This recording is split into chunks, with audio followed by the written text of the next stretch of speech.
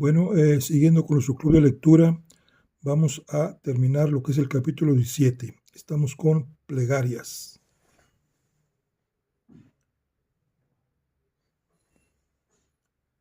Conocía a Gainor mejor que usted. Así es, asintió Fitzgerald. La conocía mejor. Tenía algún familiar en la iglesia, parientes, amigos. ¿Cómo puedo decirlo sin que parezca que hablo mal de la fallecida? No era una persona empática, señor Martins. Guardaba las distancias, pero se le tenía respeto. Supongo que podría decirse que era una de esas personas a las que uno admira en vez de trabar amistad con ella. Pero los niños se llevarían un disgusto. Los niños. Era profesora en nuestra escuela dominical. Nos preguntábamos dónde estaría esta tarde. No era propio de ella faltar sin aviso previo. Espero que no desee hablar con ellos. Bastante desagradable va a ser decirles que ha muerto sin necesidad de explicarles también que se ha suicidado. Negué con la cabeza. No, no creo que haya necesidad. Mejor. Caballeros, gracias por su tiempo y su paciencia. Ojalá hubiera sido portador de mejores noticias, pero me ha gustado mucho su imponente iglesia. Si no me equivoco, antes era un edificio aeroportuario, ¿no? Van der Bellen asintió. Uno de nuestros feligreses más ricos adquirió el edificio a Ellington cuando dejaron de hacer vuelos comerciales. Este era la sede de Continental Airlines. A saber qué fue de ellos, murmuré. Y si está en las inmediaciones, haga el favor de acercarse, sobre todo en domingo. Siempre puede venir a rezar con nosotros.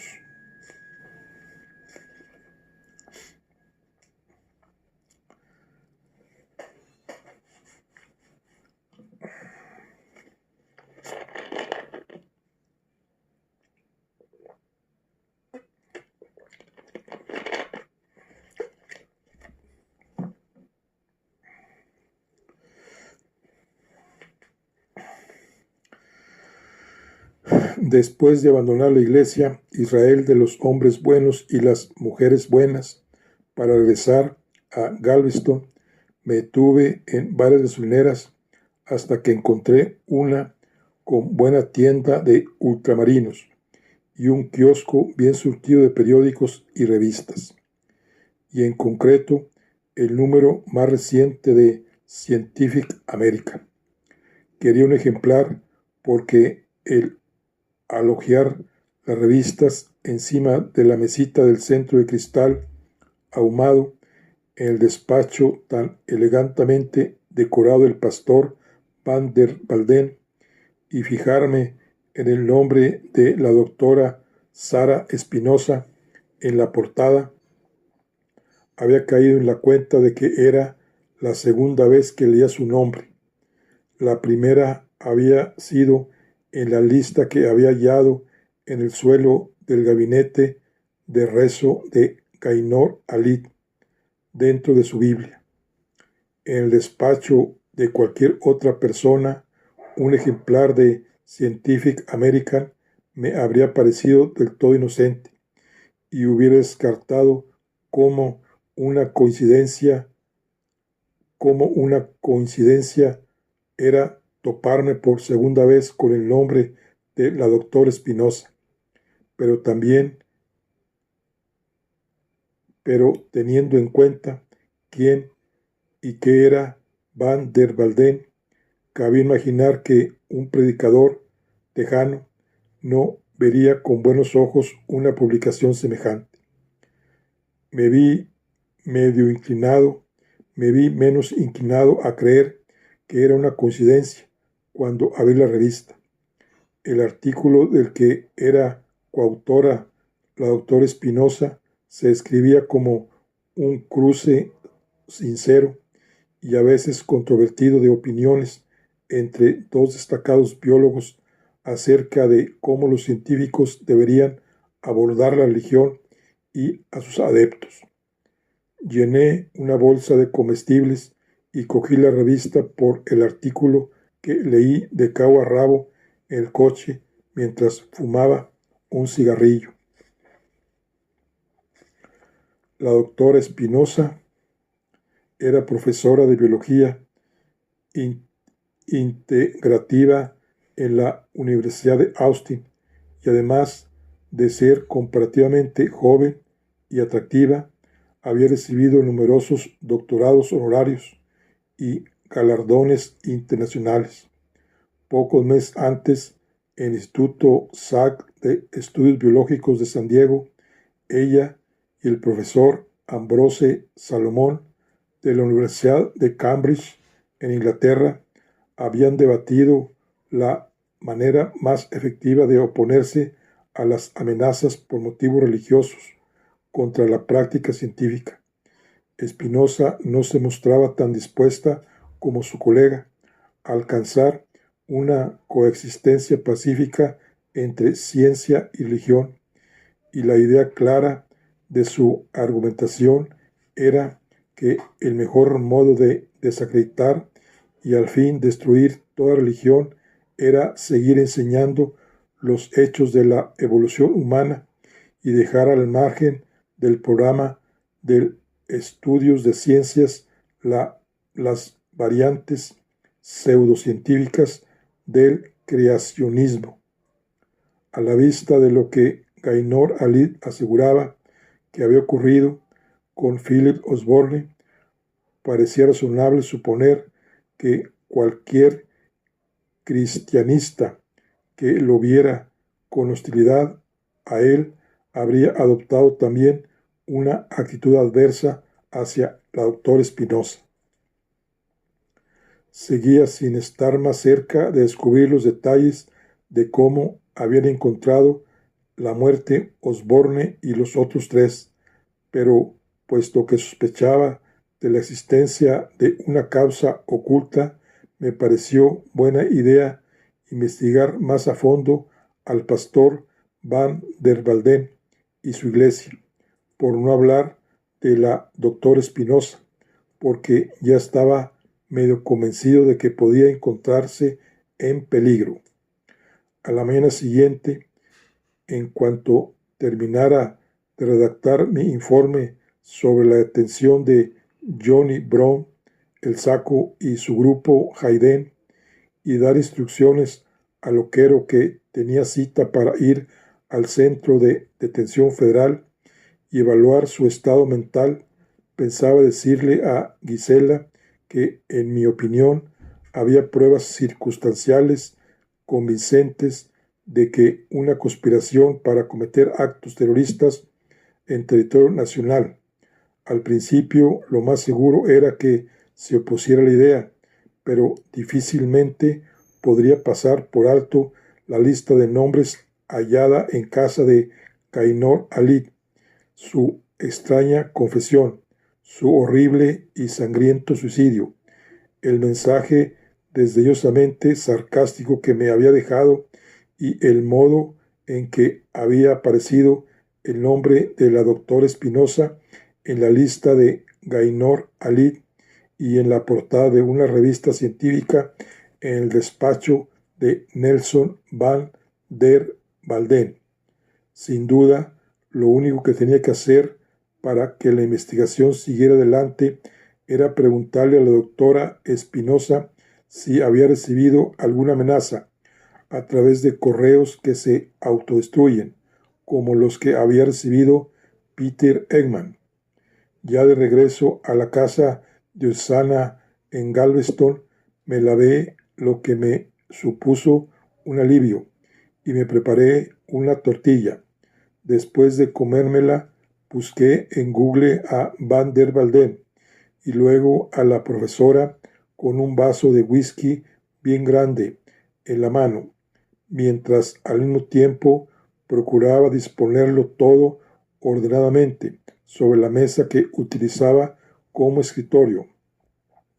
A veces me parece que me es imposible trabajar a menos que coloque mis cosas de un modo armónico, el portátil justo en el centro, el ratón limpiado con una toallita húmeda y ubicado sobre la almohadilla antibacteriana, el móvil siempre a la izquierda, el cuaderno abierto por una página en blanco, una pulcra hilera de lápices a los que acabo de sacar punta y una goma nueva, todavía con el celofán puesto. Supongo que todos tenemos nuestros propios rituales cuando nos sentamos al escritorio. Yo ya era después de la medianoche cuando terminé. Me tomé otro whisky escocés más bien largo, con la esperanza de que me pusiera en contacto con el olvido que tanta falta me hacía. No fue así, y no tardé mucho rato en pensar que ojalá hubiera aceptado la invitación de Elena Monaco de dormir en su sofá, que no era sino eso, por supuesto, una invitación de Elena Monaco a dormir en su sofá, y no con la propia Elena. Eso al menos estaba claro ahora, pero en realidad probablemente seguiría despierto, porque tenía mucho en lo que pensar. Tenía tantos programas en funcionamiento en la cabeza que mi cuerpo no podía decidir cuál será el primero antes de dejarme conciliar el sueño. Así pues, me quedé ahí, tumbado, mirando las sombras que proyectaba en el lecho una luna llena del tamaño de una bola de jugar a los bolos. Mi pobre mente desbocada, por efecto de los restos del día, de todo lo que me había ocurrido desde que había salido de casa esa mañana.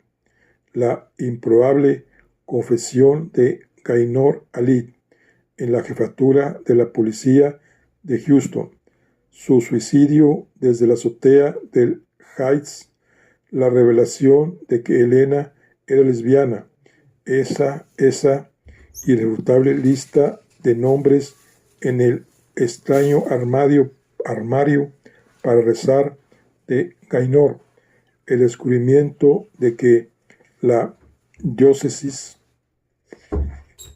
católica romana de Houston y Galveston era objeto de una investigación del FBI que seguía en marcha, el anuncio de que el obispo Cogan estaba a punto de ver sometido a la investigación de un jurado de acusación por instigar y secundar la vida de otro sacerdote pedófilo.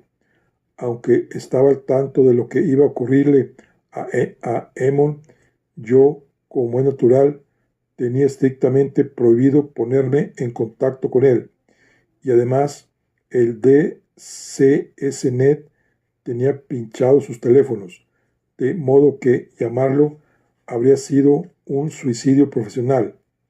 Ver otra vez a Ruth, verla con ese gilipollas tan enorme de Hogan, las sospechas de que ella y Hogan ya mantenían alguna clase de relación, la sospecha de que la Iglesia de Israel, de los hombres buenos y las mujeres buenas, y su pastor, en apariencia tan simpático, estaban implicados en alguna clase de conspiración horrenda para asesinar a los opositores de toda religión organizada. Por si todo eso no fuese suficiente, la casa diocesana parecía inquieta. De vez en cuando tenía la sensación de que las paredes y el suelo del dormitorio se desplazaban un poquito, como si no consiguieran estar a gusto conmigo dentro.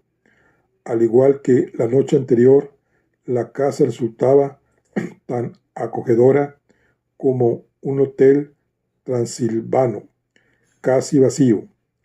Había también aire estancado en las tuberías, lo que provocaba que de cuando en cuando dejaran escapar un curioso suspiro que resultaba desconcertante y que tuvo como resultado que mis sueños, cuando por fin llegaron, no fueran agradables, sino más bien una vía de escape de lo más intensa, por no decir fantástica, para mi imaginación hiperactiva.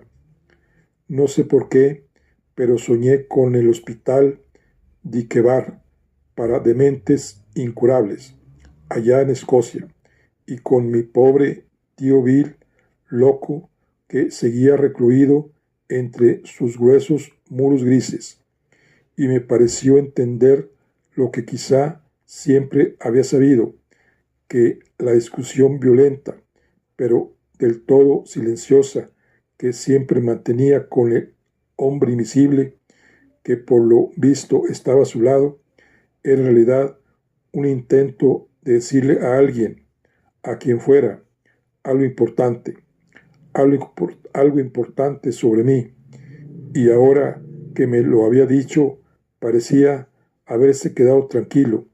Por fin, apaciguado por completo, me ponía la mano en la cara y asentía afablemente. No te habría querido más, aunque hubiera sido mi propio hijo, decía. Por eso estaba tan furioso. Joder, es porque nadie escuchaba lo que intentaba decirle. Coño, sobre ti, Gil, sobre ti.